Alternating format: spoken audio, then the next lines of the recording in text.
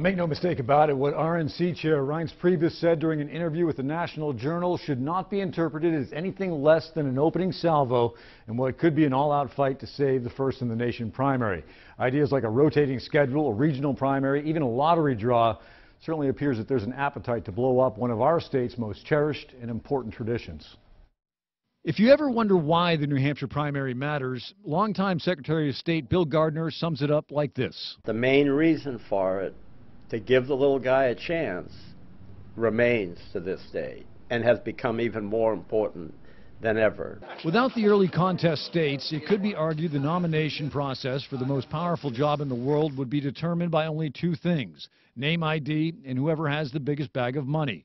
In 1979, Jimmy Carter had neither. I remember when we couldn't find a microphone.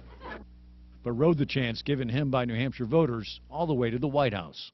We're the ones who said the nominating process belongs to the people and brought the nominating process to the people.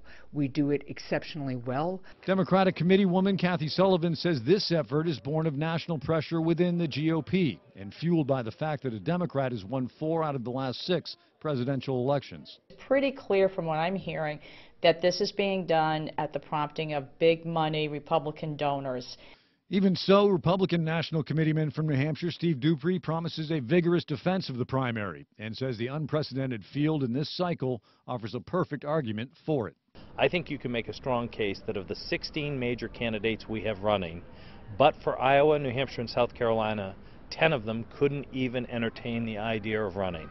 And democracy would lose if we didn't hear those voices, the party would lose, and the country would lose. And at the end of the day, the Secretary of State believes there's only one way New Hampshire loses its special place in the process. It's only if someday the people of New Hampshire don't have the will to want to keep this.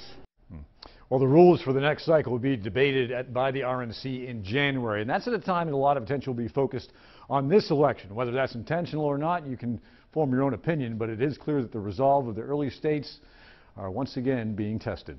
Reporting live, Josh McKelvin, WMUR News 9.